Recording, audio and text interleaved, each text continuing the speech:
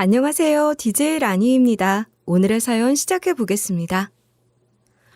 살면서 느끼는 거지만 세상은 생각보다 혼자인 사람들에게 불합리하게 돌아가는 일이 많은 것 같다 생각하는데요. 제가 이렇게 느낄 법도 한 것이 저는 고아로 기억도 없을 만큼 아주 어릴 때 버려졌기 때문입니다. 그 때문에 세상에서 말하는 그런 불합리한 시선, 불쌍하다는 시선을 다 받고 자랐었죠. 세상은 고아에게 많은 걸 주지 않습니다. 그래서 이렇다 할 학력이나 경력이 없는 제가 할 수 있는 일은 많지 않았어요. 그나마 다행히 운 좋게도 청소년 센터에서 친해진 선생님의 추천으로 지원하게 된 한 회사의 격리로 취직해서 돈을 벌 수 있었죠. 성인이 된 후에 저는 이 세상이 정말 만만치 않은 거구나 하고 뼈저리게 느끼고 살았어요. 물론 태어나고 내 것 하나 제대로 누리기 어려운 삶이었지만 많은 사람들의 도움으로 밥은 먹고 살 수 있었으니까요. 그런 제가 성인이 되어 혼자 독립해서 살아간다는 건 보통 일이 아니었죠. 그래도 열심히 살아보겠다 부더니도 노력을 하며 살았어요. 하지만 세상은 저에게 왜 이렇게 어려운 시련만 주는지. 처음 들어간 직장에서 적응하는 일은 참 힘들었어요. 세상에서 태어나 처음으로 어른들 사이에서 저는 일에 빨리 적응하긴 어려웠습니다. 사람들은 제 사정을 그리 쉽게 봐주거나 하지 않았거든요. 오히려 이제 사회 구성원이 됐으니 빨리 적응해서 한 사람 몫을 해야 한다는 말을 했었죠. 그래서였나 봐요. 제가 고아인 걸 알고 잘 챙겨주는 직장 상사가 한 명 있었는데 그 사람에게 많이 의지하게 된 것이. 21살이라는 나이에 들어간 회사였기에 보육원 원장님, 청소년센터 사람들을 제외하고는 처음으로 사회라는 곳에서 저에게 잘해주던 어른이었죠. 그래서 처음에는 그런 일이 일상적이지 않다는 사실을 몰랐어요. 가끔 직장 상사는 저에게 생일이라며 선물을 챙겨주고 저녁밥도 사주고 그랬었는데요. 그러다 일이 일어난 건 아주 순식간이었습니다. 그 상사와는 합의가 되지 않은 상황에서 제가 임신을 하게 되었거든요. 이 사실을 말하니 상사는 크게 당황했지만 다행히 제 아이를 임신한 저를 책임져 주겠다고 하더군요. 어렸던 저는 그 말에 껌뻑 속아 넘어갔죠. 그래서 전 가족이 생긴다는 거라고 좋게 생각하고 그 사람과 결혼을 하게 되었어요. 그렇게 저에게 잘해주고 임신까지 하게 만든 직장 상사라는 사람은 바로 제 남편이었습니다. 아마도 제 이야기를 듣고 그걸 왜 결혼까지 가고 있냐 뭐라 하시는 분들도 계실 거예요. 하지만 잘 생각해보세요. 저 때 제 나이가 고작 21살 무렵이었어요. 지금이야 저도 이게 이상한 일이고 잘못된 이름을 알지만 당신은 정말 아무것도 모르는 사회 초년생. 아니, 사회생활이라는 것 자체가 거의 처음인 햇병아리였습니다. 애들끼리는 직관적인 일이 많지 이렇게 은근히 술을 쓰는 경우가 흔치 않았거든요. 그래서 이 모든 전말이 남편의 수작질이라는 것을 저 때는 알지 못했죠. 그러니 남편의 말에 속아 결혼을 했죠. 그래서 남편이 결혼 후에 정말 잘해줬냐고요? 그랬으면 제가 여기 사연을 쓸 생각도 안 했을 겁니다. 예상하시는 것처럼 남편은 전혀 행동거지가 변하지 않았어요. 결혼 후에도 매일같이 술을 마시러 다녔고 심지어 여자까지 만나고 다니느라 임신한 저는 뒷전이었죠. 거기에 아이를 낳고 난 뒤에도 행실은 여전했어요. 역시나 쓰레기였죠. 거기에 더해 심으라는 사람은 제가 갑자기 아이 생겼다고 남편 옆자리를 꿰차고 들어온 며느리니까 절 너무 싫어했어요. 시댁이란 곳에 제 편은 한 사람도 없었죠. 그런데 제가 말해드린 건 거의 빙산의 일각에 불과해요. 당시 제가 상당히 어린 나이였다고 했잖아요. 그래서 어른들이 하는 말은 전부 진실이고 저를 생각해서 하는 말이라 생각했어요. 하물며 저랑 결혼한 사람, 즉 가족이다? 그러니 사실 가스라이팅을 당해도 전혀 모르고 시댁 식구들의 말을 무조건 옳다 믿었죠.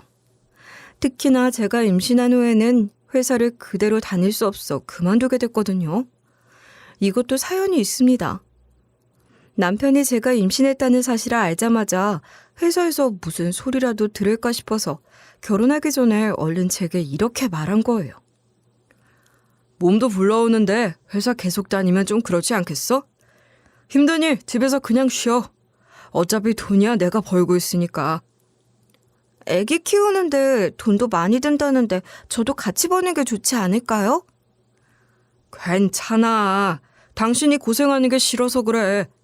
임신하면 입덧이다 뭐다 얼마나 힘든 일이 많은 줄 알아? 그렇다고 회사 사람들이 임신했다 당신 봐줄 것도 아니고.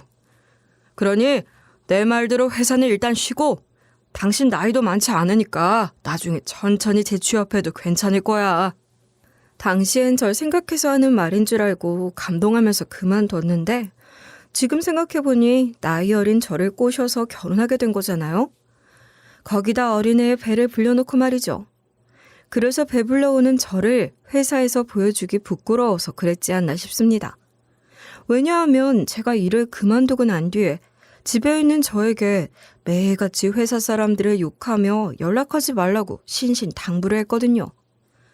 혹시라도 저와 남편이 이렇게 산다는 걸 알면 다른 직원들이 수군거릴 게 분명했으니 이런 말을 저에게 했던 거겠죠.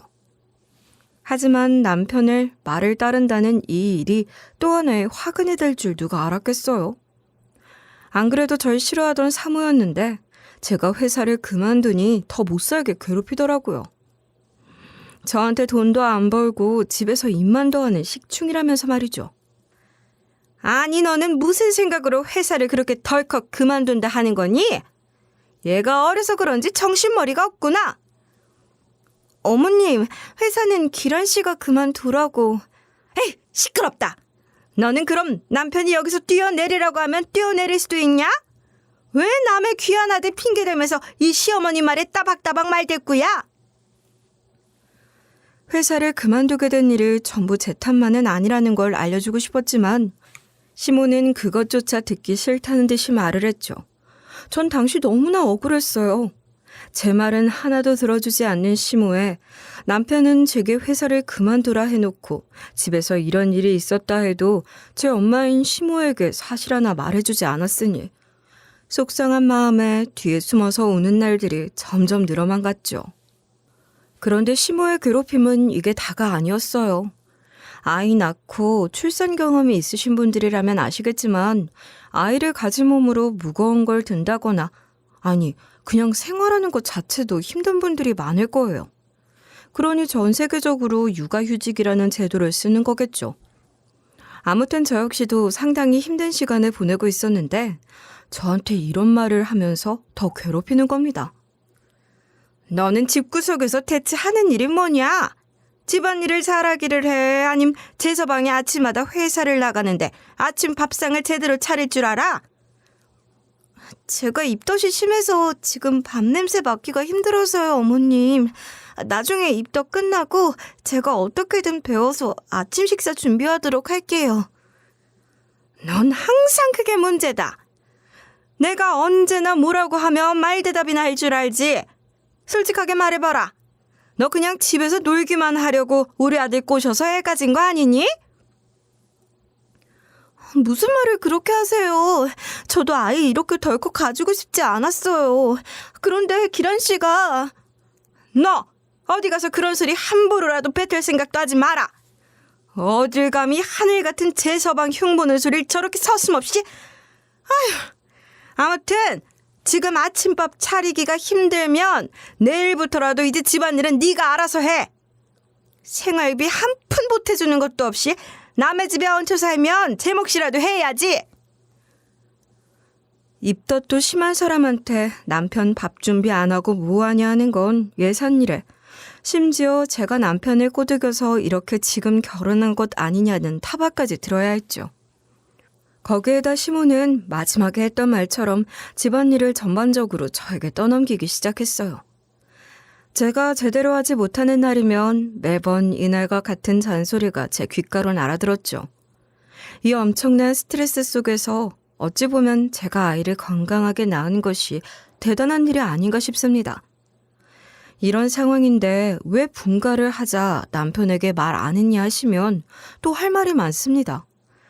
남편이란 사람은 회사 다니던 때도 계속 시댁에서 지내던 사람이라 분가 생각이 전혀 1도 없던 사람이었거든요. 저 역시도 남편 이외에 남편보다 더 어른인 시모와 함께 지낸다는 건 그리 반갑지 않았어요. 그런데 어떡하나요?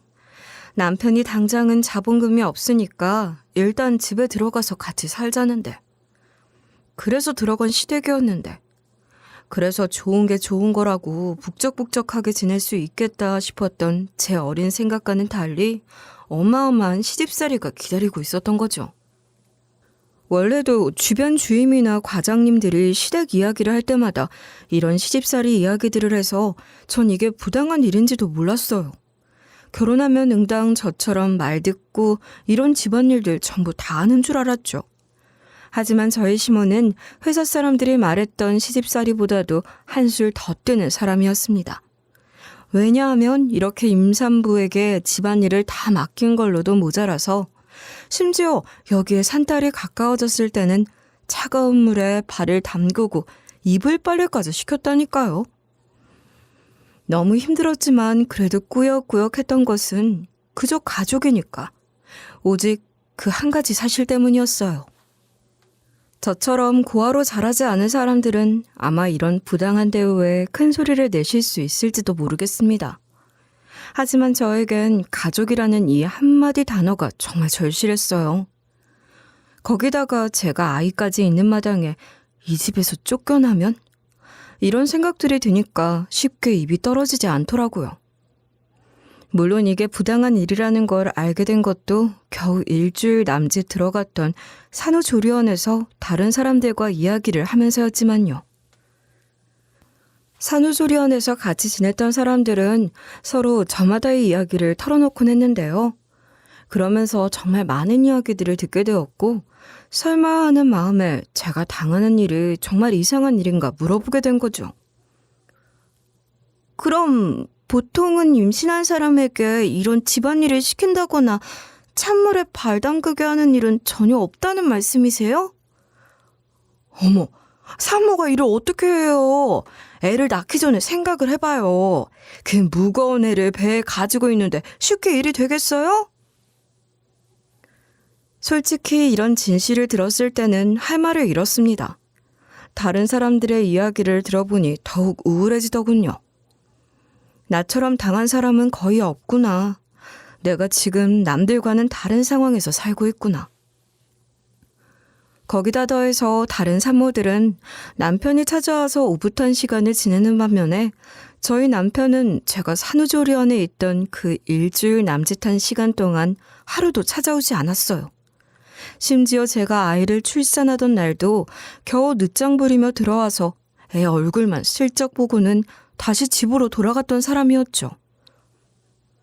내일 회사에 출근해야 하니 피곤하다면서 말이에요. 아무튼 출산 이후에는 더욱 피곤한 삶의 연속이었어요. 집에 관심도 없는 사람이 아이라고 관심이 있을까요? 남편은 제가 출산을 하거나 말거나 매번 본인이 좋아하는 술을 먹고 만취가 된 상태로 본인 데리러 오라는 소리나 했죠. 아직 신생아였던 아이를 그대로 놓고 밖으로 나가기는 어려웠습니다. 제가 또 아이를 두고 나간다면 시모가 가만히 있지도 않을 테고 말이죠. 그래서 아이가 운다, 아이 밥 먹이고 있다 이런 말로 못 데리러 간다 말을 하면 고주망태가 된 남편이 큰 소리를 내면서 당장 나오라고 하기 일쑤였습니다. 제 아이가 신경도 안 쓰이는 모양인지 아이를 내버려 두고 자기를 케어하라고 말이죠. 그러다 일이 일어난 건 순식간이었어요. 그날도 역시나 남편이 술을 잔뜩 마시고 저에게 데리러 오란 날이었는데 아이가 유난히 울어 나가기 힘들었던 날이었죠. 하지만 남편을 데리러 빨리 나가지 않으면 평소처럼 욕을 바가지로 먹을 게 분명하니 무거운 발걸음으로 아이를 두고 집을 나섰던 날이기도 합니다. 남편을 데리러 갈 때도 영 느낌이 좋지 않았던 날인데요. 그래도 한숨을 푹 내쉬며 남편을 픽업하고 난 뒤 고주망태가 되어 몸도 제대로 못 가누는 남편을 주수석에 태워서 집으로 오던 길이었죠. 이날 저는 정말 나가기 싫어서 남편에게 택시 타고 집에 오면 안 되냐 그렇게 말했지만 그런 제 감이 우습다는 듯이 남편은 끝까지 저보고 데리러 오라고 했었어요. 그래서 그 사달이 나버렸죠. 아마 그날 나가지 않았더라면 그 사고는 일어나지 않았을 거예요. 지금도 운전대를 잡으면 그날의 기억이 떠오르곤 하는데요. 2차선 도로 맞은편 저 멀리서 비틀거리며 오던 차가 불안하다 싶어서 갓길까지 바짝 붙어서 가던 중이었어요. 그런데 이 차가 역시나 사고를 치고 말더군요.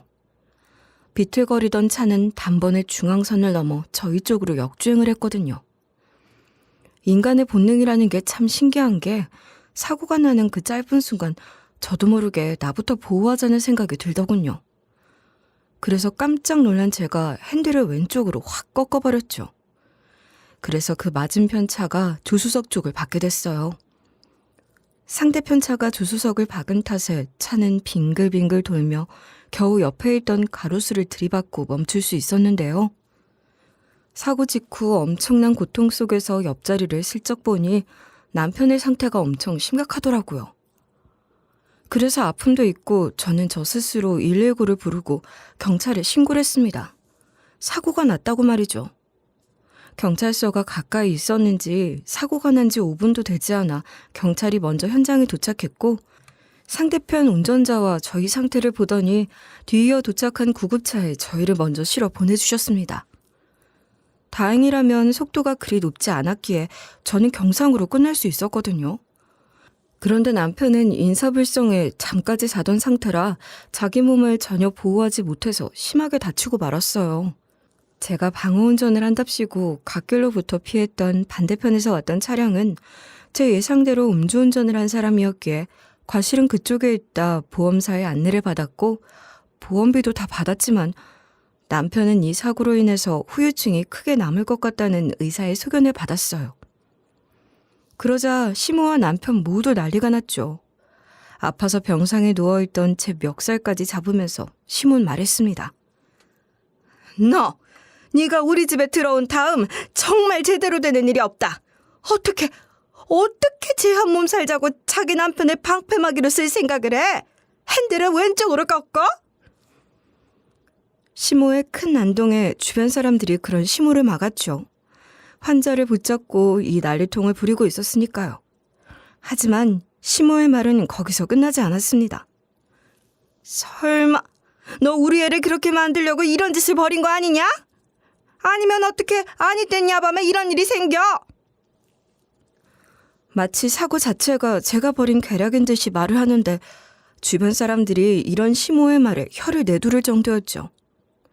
사고 자체가 제가 벌인 일도 아닌데 마치 제가 무슨 엄청난 계획이라도 하고 남편을 그렇게 만든 것처럼 저를 이상한 사람을 만들어버리더라고요. 심지어 제가 아니라고 계속 말을 하자 시모도 제 딴에는 화가 단단히 났는지 저를 살인자처럼 이야기를 하더라고요. 그에 저는 큰 죄책감이 느껴져서 몸도 안 좋은 와중에 미안하다, 죄송하다 계속 그러기만 했습니다. 제가 이리 저자세를 취하는 것도 아마 답답하다, 왜 그러냐 하시겠지만 그럴 만한 이유가 있었습니다. 제가 앞서도 말했지만 저는 어린 나이부터 이 집안에서 거의 세뇌 비슷한 말들을 듣고 자랐어요. 산후조리원에서 다른 산모들의 이야기에 이런 것들이 다 부당하다는 생각은 가지게 되었지만 그걸 밖으로 표출하는 일은 거의 없었죠. 아마도 이런 제 얘기를 들으면 그냥 말을 하면 되지 무슨 문제냐 하시겠지만 그게 쉽지 않습니다. 아마 TV 프로그램이나 뉴스에서도 많이 들으셨을 거예요. 저처럼 어릴 때부터 이런 말 같지도 않은 이야기를 반복적으로 듣고 자란 애들이 결국에는 자기를 그렇게 만든 사람을 거부하지 못하는 경우가 많다고 말이죠. 제가 딱 그 상황이었어요. 마음에 작은 불신이라는 불씨가 생겼지만 당시에는 아직 불씨에 불과한 상태였죠. 아무튼 그래서 시모와 남편은 제가 저자세로 나오자 기회를 잡았다 싶었는지 짐을 싸서 당장 나가라고 하더군요. 저는 아이 때문이라도 집에 있으려고 안간힘을 썼지만 둘을 상대로 소용이 없었습니다. 애 학원비랑 생활비를 제대로 된 일도 못 구하는 네가 책임이나 질 순 있겠니? 왜? 남편 말고도 이제 애 앞뒤까지 막으려고? 역시나 그 사고는 계획적으로 꾸민 거구나. 정말 아니에요, 어머님. 제가 왜 그런 짓을 해요? 어머님에게 남편이 중요하겠지만 저한테도 그런 거려. 그렇다면 잔소리 말고 애는 여기에 두고 당장 짐 싸서 나가라. 내가 아무리 봐도 너란 인간이 우리 집에 입고 난 뒤부터 우리 집안 일이 안 풀리는 것 같다. 그러니 당장 나가. 아이가 지금 예체능 계열 쪽 비싼 학원을 다니고 있었기에 제가 생활비나 이런 학비를 감당할 수 없으니 아이는 아예 데려갈 생각도 하지 말라고. 제가 안 나가고 싶다 버티니 이제는 이런 말까지 하면서 저를 내쫓으려고 하더라고요. 네 돈으로 병수발까지 하란 소리 안 할 테니까 그렇게 머리 숙여 잘못하고 미안한 줄 알면 애 알기 전에 조용히 나가. 그런데 이런 말을 하면서도 이혼은 절대 안 된다더군요. 물론 처음에는 이렇게 쫓겨나도 언젠가는 그 집에 들어갈 수 있을 거란 생각에 이혼을 생각지도 않았습니다. 그런데 이렇게 집을 나가게 된 후로 혼자서 생각할 시간을 가져보니 당장이라도 이혼을 해서 아이라도 데리고 나올 수 있지 않을까 싶은 생각이 문득 들더군요. 그래서 남편에게 전화해서 저를 이렇게 쫓아낼 거였으면 이혼이라도 하게 해달라고 했죠. 하지만 시모도 그렇고 남편도 그렇고 이혼만은 절대 안 된다며 완강히 버텼습니다. 그래서 이때는 그저 남편이 날 사랑하니까, 아이 엄마니까 이혼은 안 해주려고 하는가 보다 싶었는데 나중에 알게 된 그 이유는 바로 재산 분할 때문이었어요. 당시 저는 아무것도 몰랐지만 아마도 독방 육아 및 그간의 본인들이 했던 행동을 생각하면 저에게 생각보다 많은 위자료를 줘야 할 테고 아이도 본인들이 키울 수 있을지 장담을 못했겠죠. 그래서 나가라면서도 이혼만은 절대 못해주겠다 했던 거죠. 아무튼 제가 진실을 알게 된 건 조금 시간이 지난 뒤였으니 나중에 한 번 더 이야기를 하기로 하고요. 그래서 당시에 전 이런 심오한 남편의 가스라이팅에 그냥 껌뻑 넘어갔습니다. 왜냐하면 그 사고가 결국에 따지자면 제가 실수한 게 맞다고 생각을 했거든요. 본능이었을지언정 나 살자고 핸들을 꺾은 건 진실이자 사실이었고 남편이 이렇게 된 건 다 내 탓이다. 이런 생각을 했으니 말입니다. 그래서 집에서 나가려고 짐을 싸고 있었어요. 그런데 평소에는 학원에 있었을 아이가 어떻게 알았는지 제가 집에서 나가기 전에 울면서 저한테 목걸이를 하나 걸어주더군요. 아빠가 구석에 버려둔 거 예뻐서 내가 달라고 한 거야. 친구가 이거 비싼 것 같대. 혹시나 엄마한테 도움이 될까 싶어서. 엄마, 아빠랑 할머니 때문에 쫓겨나는 거지. 아이는 이미 제가 왜 이 집을 나가는지 어렴풋이 눈치를 채고 있었습니다. 자기가 평소에도 유달리 챙기며 좋아했던 목걸이를 저에게 걸어주면서 비싸다니까 엄마 힘들 때 그냥 팔아서 써. 하고 말을 해주는데 평소에 친구처럼 지냈던 딸아이기에 순간 눈물이 흐르더군요. 게다가 딸아이가 어떤 마음으로 저를 보내는지 고아였던 저 역시 딸아이의 마음을 이해했기에 눈물은 멈추지 않았습니다. 딸이 왜 그렇게 저에게 말을 하며 이 목걸이를 주는지 그 마음을 10분 이해했거든요. 그래서 발걸음이 제대로 떨어지지 않더군요. 하지만 끝내 저는 아이의 손을 놓아주어야 했습니다. 곧 있으면 시모가 집에 들어온다던 시간이 다가오기도 했고 또 시모가 저를 보고 뭐라고 큰 소리를 내는 모습을 아이에게 보여주기도 싫었거든요. 그래서 한참을 딸과 함께 울면서 얘기를 하다가 떨어지지 않는 무거운 발걸음으로 움직였죠. 아이는 끝까지 제가 나가지 않았으면 좋겠다 이야기했지만 쉽지 않았습니다. 그렇게 집을 나온 다음에는 생계를 위해 일자리를 어떻게든 찾아야 했어요. 하지만 젊은 시절 격리로 잠깐 일한 경력밖에 없는 사람을 써주는 곳은 없었죠. 그래서 겨우 찾게 된 게 어느 분식점에서 하는 일이었어요. 분식점은 관광명소 근처에 있어 사람들이 많이 오고 일도 고되긴 했지만 생각보다 그리 힘들진 않았습니다. 왜냐하면 저를 좋게 본 사장님과 이런저런 이야기를 하며 지낼 수 있었거든요. 사장님은 제 이야기를 듣더니 무슨 그런 미친 집안이 다 있대? 하면서 크게 화를 내주셨죠. 아니, 자기는 그걸 참고만 그렇게 살았다고? 아니, 무슨 20대 어린애를 데리고 애까지 낳게 해놓고 자기 아들 뒤치다거리 다 맡겨놓고는 이젠 내쫓겠다고? 거기다 이혼은 안 돼? 아유, 이게 도대체 무슨 막말이야. 아니에요. 제가 그날 핸들을 그렇게 꺾지만 않았어도 남편이 그렇게 되는 일도 없었고, 그러면 저도 그때처럼 계속 아이 보고 함께 지낼 수 있었을 거예요. 아유, 연희 씨. 그게 그렇게 되는 일이 아니에요. 연희 씨 나이 아직도 젊은 나이야. 그리고 지금 애가 있다고 하지만 연희 씨 정도로 일 잘하는 사람은 어딜 가서도 대우를 받고 살 수 있어. 그런 사람을 지금 부려먹고 싶어서 그 집안에서 연희 씨한테 수작을 벌인 거라니까. 그 사장님의 설득 덕분에 저는 제가 시댁에서 부당한 대우를 당했다는 걸 깨닫게 되었어요. 그리고 시모가 했던 말처럼 아이를 키우기엔 내 사정이 모자라다는 걸 충분히 이해하게 됐죠. 사장님이 제 아이가 다니는 학원비 이야기에 기타 등등 많은 이야기를 듣고는 경제관념이라는 것에 대해 충분히 가르쳐 주셨거든요. 아마도 제가 당장 버는 벌이로는 아이를 케어하긴 어려울 거라고 말이죠. 그래서 큰 돈은 아니더라도 내 사업을 하면서 돈을 벌어보자 생각을 했고, 사장님의 추천으로 붕어빵 장사를 하게 되었어요. 그래도 다행인 건 예전에 사장님이 붕어빵 장사를 하셨던 분이라 건너 기계들은 큰 돈 들이지 않고 구할 수 있었다는 거예요. 거기에 몫이 괜찮은 지역들에 대한 이야기도 들을 수 있었죠. 그렇게 사장님 조언 덕에 자리를 잡게 되었는데, 처음 자리를 잡겠다 생각한 그 지역이 좀 부유한 동네였습니다.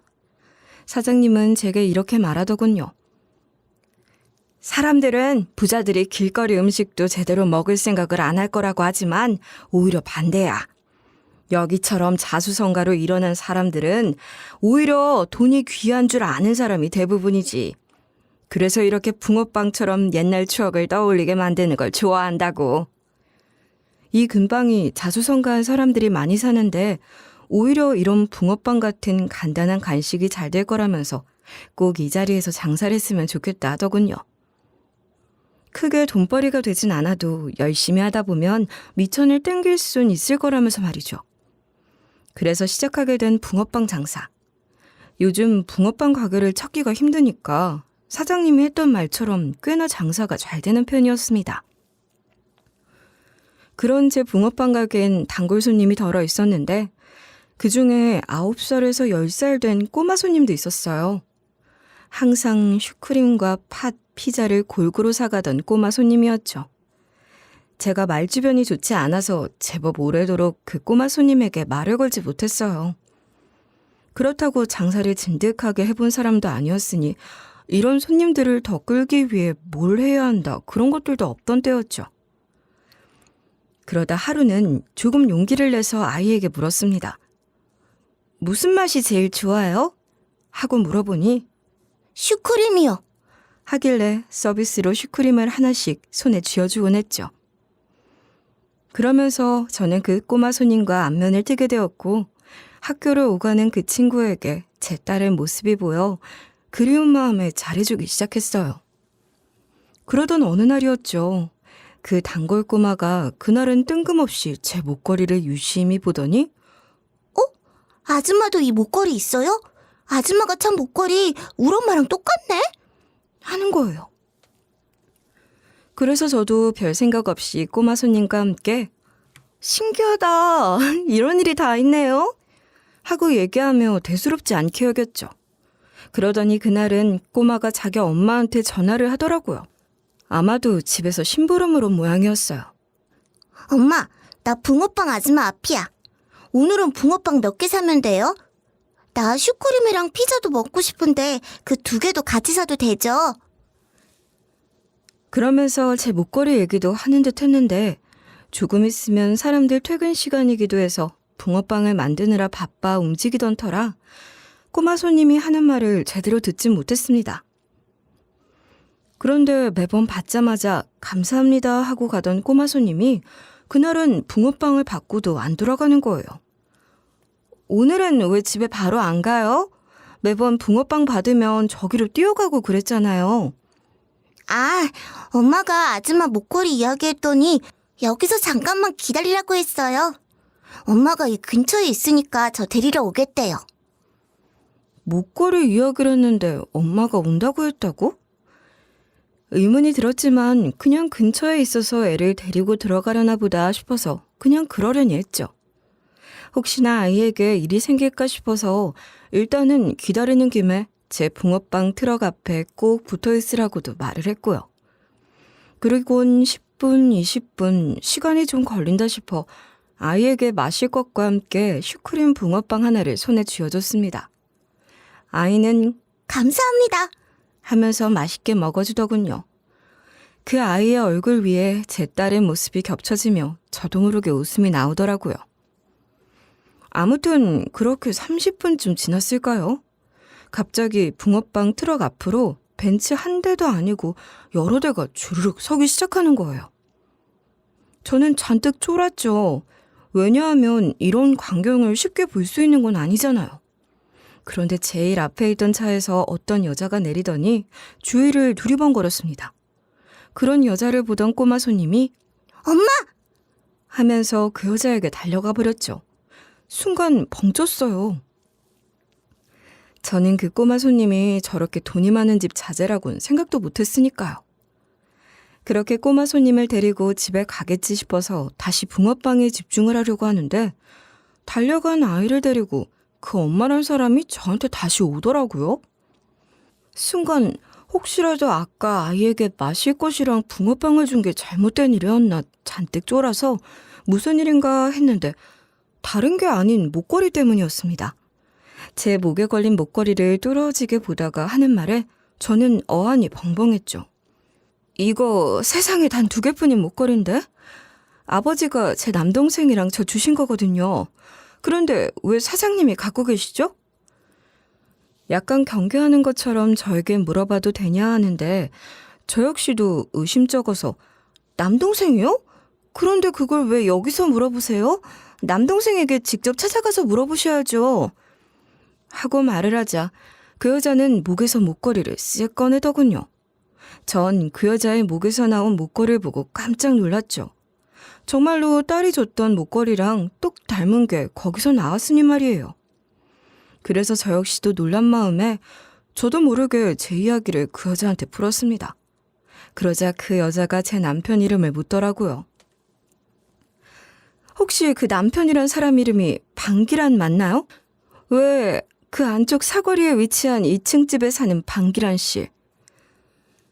제가 맞다고 하자 그 여자는 지금 당장 제가 들어야 할 이야기가 있다며 자리를 옮기자고 했습니다. 그래서 저는 얼떨결에 그날 장사를 정리하고 그 여자를 따라 나서게 되었죠. 저는 그 여자의 차를 타고 인근의 조용하고 따뜻한 카페로 자리를 옮겼어요.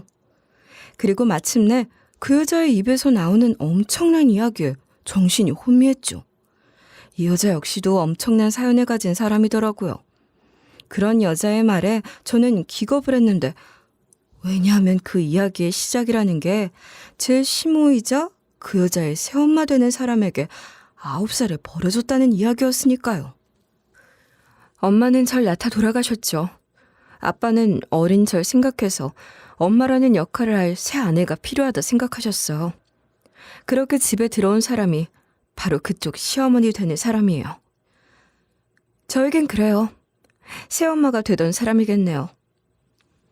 어렸을 때 이야기부터 쭉 늘어놓던 여자는 지금은 돌아가신 시부의 새 부인이 바로 제 시모라고 하더군요. 너무 놀라운 이야기에 입이 떡 벌어졌어요. 전 이런 이야기 한 번도 들은 적이 없었거든요. 이 여자가 바로 제 신우가 되는 사람이었던 거예요. 새엄마는 저를 썩 좋게 생각하지 않으셨어요. 아빠가 눈치채지 않게 저를 작게 괴롭히곤 했죠. 제가 이런 이야기를 아빠에게 했을 때 아빠는 그저 새엄마라서 그러냐 하면서 제 말을 그냥 넘겨 들으셨어요. 아마 그때 제 말을 깊게 들으셨다면 이런 일은 일어나지도 않았겠죠. 여자, 아니 제 신우되는 사람 역시도 시모에게 작게 괴롭힘을 당했다고 했습니다. 지금은 돌아가신 시부가 있는 자리에서는 아주 신우를 사랑하는 척하면서 뒤로 돌아서면 신우를 안 잊고게 생각을 했었다고 하더군요. 그러다 새엄마와 아빠 사이에도 아이가 생겼죠. 아빠는 늘 제가 혼자인 게 걱정이라며 동생이 생겨서 좋지 않냐 물으셨어요. 저 역시도 동생이 생긴 건 무척이나 좋은 일이라 방방 뛰면서 좋아했죠. 앞으로 일어날 일이 어떻게 될지도 모르고 말이에요. 신우와 3살 더 어린 동생이 바로 제 남편. 시부는 사별한 전처의 딸이었던 신우와 현 아내의 아들 남편. 이 둘을 차별 없이 사랑하고 아껴줬대요. 그러면서 둘은 남매라는 징표로 세상에 단 2개뿐인 주문 제작 목걸이까지 만들어줬다 하더군요. 아빠는 저와 동생이 잘 지내길 바라시면서 당신 목에 있는 목걸이와 지금 제 목에 있는 목걸이, 이 2개를 세상에서 단 2개밖에 없는 주문 제작으로 만들어 오셨어요. 하지만 그걸 저와 동생의 목에 걸어주는 걸 보던 새엄마란 사람은 별로 기분이 좋지 않았던 것 같았죠. 하지만 이 사람 좋은 시부와는 다르게 시모는 생각이 달랐던 겁니다. 전처와의 사이에서 낳은 신우를 도저히 예뻐할 수가 없었던 거죠. 그래서 그런가 신우가 9살, 남편이 6살 됐을 때 등산을 좋아하던 시부가 암벽을 타다 실족사로 돌아가시자마자 시모는 바로 신우를 고아원에 갖다 버린 거예요. 그 집에서 신우가 사라졌지만 대충 둘러댄 모양이더라고요. 신우의 외가, 그러니까 시부의 전처 가족이라 부를 수 있는 사람은 이제 이 세상에 없다고 했거든요. 아빠가 그렇게 돌아가시고 집에서도 쫓겨난 전 어디도 찾아갈 곳이 없었어요. 이미 할머니도 돌아가신 지 오래고 친척들은 어디에 사는지도 제대로 몰랐으니까요. 새엄마를 원망도 많이 했습니다. 어떻게 보면 절 밀어내고 그 집을 독차지하겠다 그런 짓을 벌인 거니까요. 한순간에 버림받은 신우는 시모를 원망했지만 고아원에서 좋은 양부모를 만나게 되었다더군요. 만약 제가 지금의 부모님을 만나지 않았더라면 저 역시도 새엄마처럼 못난 사람이 됐을지도 모르겠어요. 하지만 다행히 그러지 않을 수 있었죠. 정말 좋은 사람에게 사랑을 잔뜩 받고 살 수 있었으니까요. 부유한 양부모 밑에서 사랑을 가득 받고 자란 덕에 계모였던 시모에 대한 원망은 잊고 잘 살게 됐고 지금은 회사까지 차려서 성공한 사람이 되었다고. 그런데 아이를 통해 오늘 저를 만나서 제 얘기를 들으면서 알게 된 거죠. 시모가 아직도 그런 식으로 살고 있다는 것을 말이에요. 제 이야기를 들은 순간 어릴 때 잊었다고 생각했던 복수에 대한 감정, 포기했다 생각했는데 그게 아니었다는 걸 깨닫게 된 거죠. 그러면서 제게 그 집안에 같이 복수하자고 말하더군요. 그런데 당신 이야기를 들으면서 순간 알게 됐어요. 제가 그냥 넘기려고 했던 그 감정이 단지 포기해서 그런 게 아니었구나 하고 말이에요. 그 집안에 복수하고 싶은 일은 없어요? 가령 아이와 함께 살고 싶다던가. 아까 아이 때문에 이렇게 붕어빵 장사하고 계신다고 했죠? 신우의 말에 저 역시도 아직 피어나지도 않은 복수의 불꽃이 피어나기 시작했죠.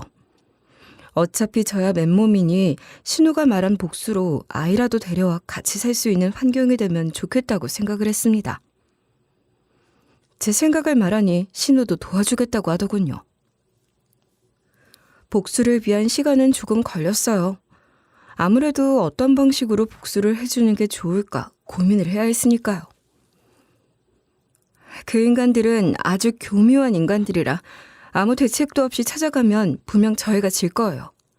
그러니 일단은 제가 변호사랑 함께 얘기 좀 해보고 다시 연락드릴게요. 오래 걸리진 않을 거예요. 신우는 본인 변호사와 함께 방법을 찾아보겠다며 그날은 그렇게 돌아갔습니다. 그리고 며칠 지나지 않아 방법을 찾았다며 저에게 전화를 왔죠. 그래서 그 방법이라는 게 결정됐으니 저와 신우는 함께 시댁으로 찾아갔어요. 시모는 처음에 신우가 누군지도 못 알아보더라고요. 누구신데 저희 며느리하고 이렇게 찾아왔죠? 남의 집안일은 무슨 말을 얹으려는 모양인데 일 없으니 그냥 나가세요. 당신이 버린 우리 아빠 친자식 기억이 하나도 안 나나 보지? 남의 집안일이란 말을 입에 담는 걸 보니? 신우가 시모에게 본인의 정체를 밝히자 시모는 귀신이라도 본 것처럼 소스라치게 놀라면서 도망가려고 하더군요. 그런 시모의 뒷덜미를 잡고 바닥으로 패대기 친 다음에 신우는 이렇게 말했죠. 그래, 우리 아버지 유산은 혼자서 잘 쓰셨어요. 분명 유언장엔 나랑 기란이 둘에게 동등하게 재산을 준다 되어 있었을 텐데 제가 아무것도 모르고 그냥 쫓겨나기만 했을 거라 생각했어요? 무슨 소리라는 거야? 그 사람 유언장엔 그런 말 따위 없었어. 뭐 그래, 그건 그렇다 치고 그럼 제가 미성년자 때 발생한 양육비랑 유류분 청구 소송하면 그건 뱉어야 하는데 자신 있으시죠? 아마 금액이 꽤나 될 텐데. 시모는 신우의 말에 화들짝 놀라면서 내가 그럴 돈이 어딨니? 기란이 키우느라 다 쓰고 없지? 하는 겁니다. 그의 신우는 어이가 없다는 듯이 말했죠. 그래요, 그럼. 아빠 자식이 저와 기란이 둘인데 기란이한테 다 썼다고 이야기를 하시니 이제는 벌어서라도 저한테 갚으셔야겠네요. 어떻게, 각오는 되셨나요? 미안하다. 내가 그렇게 한 건 고의가 아니야. 나도 기란이 생각해서 어쩔 수 없는 선택이었다고. 그러니 제발 소송만은. 신우의 소송이란 말에 시모는 화들짝 놀라면서 소송만은 안 된다. 신우에게 저자세로 들어왔습니다. 저는 그 모습을 신우의 옆에서 보고 있었는데 이 사람이 이런 면모도 있었나 이런 생각이 들더라고요. 신우는 그러거나 말았거나 시모에게 저를 그렇게 버리셨으면 대가를 치르셔야죠 하고 말했습니다. 그러자 시모가 소리를 지르더라고요. 어차피 그이가 남긴 돈은 얼마 되지도 않았어. 너한테 돌아갈 돈은 거의 없었다고. 제 무덤을 판 거였죠. 시부가 남긴 돈이 있었다는 말을 신우에게 직접적으로 알려준 꼴이 되었으니까요. 덕분에 파는 신우에게 흐름이 돌아갔습니다. 아, 지금 그 말은 저한테 줘야 할 돈, 아빠가 제 앞으로 남긴 상속 재산이 있었단 말이죠? 빚 내서라도 그 돈 전부 준비해두세요. 이대로 넘어갈 생각 없으니까. 아차 싶었던 시모는 필사적으로 신우에게 싹싹 빌었지만 신우는 호락호락 넘어가지 않았습니다. 신우가 이렇게 강하게 나오자 기댈 구석이 없다 생각했는지 이제는 갑자기 제 손을 잡으며 말하는 거예요. 아가, 내가 그간 미안했다. 쟤랑 친한 모양인데 네가 쟤 좀 말려봐라. 너 내가 얼마나 근검절약하며 지금까지 살았는지 옆에서 다 지켜봤잖니. 저는 짐승이 아니라 사람 새끼라서요. 절 도와준 사람 배신하는 그런 행위 따윈 절대 안 합니다. 그리고 저도 어머님이랑 그이가 저한테 한 짓이 무슨 짓인지 다 깨달았거든요. 그런 저한테 시모는 지금까지 저한테 쓴 돈이 얼마고 그간 저류에서 들어간 돈이 얼마고 하면서 돈을 따지더라고요. 그래서 말했죠. 그렇게 따질 거 많으시면 그이랑 저 이혼할게요. 어차피 육아랑 제가 부당한 대우받고 그 집에 있던 거 이젠 다 알았으니 이혼할 이유는 충분하겠죠. 저라고 언제까지 당하고만 살 줄 아셨어요? 꿈도 크시네. 하면서 시원하게 욕을 해주었죠. 그러자 시모는 얼굴이 빨갛게 달아오르면서도 무슨 말은 못하고 씩씩거리더라고요. 남편은 어디에 있었냐고요? 왜, 남편이 후유증이 심하게 남았다 그랬잖아요. 그래서 제가 집을 나가고 붕어빵 장사를 하기까지 거의 1년 가까이를 병원에서 지내는 중이라고 합니다. 원래는 이렇게까지 오래 있을 일도 아닌데 하반신을 거의 쓸 수가 없는 상태가 돼서 재활까지 병원에 입원해서 받고 있는 중이라고 하더군요. 시모는 이런 사정까지 말하면서 신우와 저에게 빌고 빌었어요. 그러면서 자기가 남편에게 들어간 돈 때문에 정말로 수중에 돈이 없다고 말이죠. 하지만 신우는 그 말을 듣고 순순히 물러나지 않았습니다. 어쨌거나 과거에 시모가 자기에게 했던 짓은 없어지지 않았으니까요. 이후 저는 신우가 도와준 덕에 자립까지 할 수 있었어요. 제 이야기를 들은 신우는 자기 회사에 격리 자리를 하나 만들어주겠다며 제 취업 자리를 하나 만들어주었고요. 저는 신우의 회사 직원이 되었죠. 그래서 신우는 제 회사 대표님이 되었습니다. 저희는 회사에서는 평범하게 사원과 대표의 위치에서 일을 했고 사적인 자리에서는 하하호호 웃으면서 이야기를 할 수 있는 신우와 올케 사이가 되었죠. 거기에다 정말 고맙게도 신우의 도움으로 변호사까지 선임해서 앞서 시모에게 말했던 것처럼 이혼도 진행할 수 있었습니다. 병원에서 이 모든 사실을 시모에게 전해들은 남편은 저에게 어떻게 이럴 수 있냐 따져 물었죠. 당신이 나를 이렇게 만들어 놓고 감히 이혼이란 말이 그 입에서 나와? 사람을 이렇게 반병신으로 만들었으면 책임질 생각을 해야지. 어떻게 이혼을 할 생각을 해? 어디? 당신들이 나를 사람 대접은 해준 적이나 있고? 내가 임신했을 때도 찬물에 발 담그며 이불 빨래 시키던 사람이 당신 엄마였어. 그리고 당신이란 인간은 애가 있거나 말거나 밖에서 고주망태가 되도록 술이나 마시며 집을 잘 들어오지도 않던 사람이었지. 남편은 제가 이렇게 강하게 나올 줄은 꿈에도 몰랐는지 움찔하면서 제 말에 아무런 반박도 못하더라고요. 그래서 저도 더 강하게 나갔습니다. 그리고 내가 계획하지도 않은 사고를 당한 건 모두 내 책임이라며 뒤집어 씌우고 집에서 쫓아냈어. 내가 나가던 날에 애가 얼마나 울었는지는 알고 있어? 모르겠지. 평소에 다른 여자들이랑 놀러 다닌다고 아주 바빴을 테니 말이야. 지금 이 병원에서 또 얼마나 놀고 다녔는지 내가 어떻게 알아? 남편은 제 말이 아니라며 반박을 했지만 이 인간이 아무리 하반신이 마비가 됐다 해도 가만히 있을 사람이 아니었기에 다 예상이 갔습니다. 확실한 증거는 없었기에 이를 바탕으로 위자료를 받긴 어려웠지만 대신 확실한 증거로 양육권은 받아올 수 있었죠. 게다가 제가 말한 이야기가 전부 사실이란 것을 다 입증할 자료를 미리 만들어두어 재산 분할도 톡톡히 받았는데요.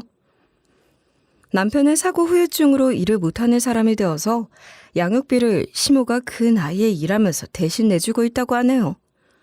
뭐 사실이 어찌되었든 상관없습니다. 저는 받을 것만 받으면 그만이니까요. 그리고 신우 말이에요. 사실 신우는 시모한테 미성년자 때 발생한 양육비 청구나 유류분 청구를 하려면 양부모님께 파양 신청을 해야 했어요. 그래서 고민이 많아 보이더라고요. 신우는 시모한테 복수하려면 파양 신청을 하는 게 맞는 걸 아는데 양부모님에게 이를 어떻게 이야기해야 될지 고민이 많다 하더라고요. 본인만이 결정할 수 있는 걱정이기에 전 그저 힘내란 말밖에 할 수 없었죠. 그렇게 어느 날 회사에 갔더니 대표님이 좋은 일이 있다며 직원들한테 비싼 간식을 쫙 돌리더라고요. 그러면서 저를 슬쩍 대표실로 부르더니 하는 말이 양부모님께 이런 이야기를 했더니 파양해 줄 테니 계모한테 복수를 하라고 하셨다는군요. 그래서 신우가 변호사 선임해서 유류분 청구 소송을 걸 거라고. 시모는 지금 있는 재산까지 아주 싹 다 뺏기게 생긴 겁니다. 제 양육비는 뭐 이래서 대충 준다 치더라도 신우에게 줘야 할 금액은 양육비에 비할 게 아니었으니까요. 신우 말로는 유류분 청구 소송하는데 증거 수집부터 증언, 증인들을 다 모아야 해서 소송 기간이 꽤 오래 걸릴 것 같다고 하지만 절대 포기하지 않을 거라고. 이렇게라도 그 인간의 피를 말리게 할 거라고 했습니다. 그리고 그 후 시모가 지금 소송까지 걸려서 개털이 됐다며 저한테 양육비를 못 준다고 발악하고 있어요. 그런데 뭐다? 저 또한 안 주면 바로 소송을 걸겠다 말을 했죠. 그러니까 다 늙은 자기 얼굴 봐서라도 좀 봐주면 안 되냐 하는데 봐줄 사람을 봐줘야죠. 그렇죠? 그렇게 사람을 물건 버리듯이 하더니 그 업복 그대로 돌려받는 시모랑 남편놈. 저는 그에 상응하는 벌을 받았다 생각하고 있습니다. 아참, 딸아이는 그래서 지금은 저와 함께 지내는 중이에요. 당분간 제가 목돈을 조금 모을 동안 예체능 쪽 학원을 다니지 못할 수 있다 말을 했는데 딸은 괜찮다 하더라고요. 어차피 자기가 다니고 싶어서 다닌 학원도 아니었다면서 말이죠. 저는 이 딸의 말이 거짓말인 것을 알고 있습니다. 아마도 제 생각을 하고 이런 말을 한 거겠죠. 그래서 최대한 빨리 아이를 학원에 보낼 수 있도록 하기 위해 열심히 일을 하고 있어요. 혹시라도 늦어진다면 염치가 없지만 대표님께 갚을 이야기라도 꺼내볼 생각이긴 합니다. 아이의 미래를 저의 사정으로 뺏을 순 없으니까요. 세상에 참 많은 일이 있겠지만 권성징악, 이 말만큼은 잊지 않고 살아야 하는 것 같아요. 뭐든 뿌린 대로 거두는 게 인생의 진리니까 말이에요. 이야기 들어주셔서 감사하고요. 돌아오는 추석 명절 다들 잘 지내시길 바랍니다.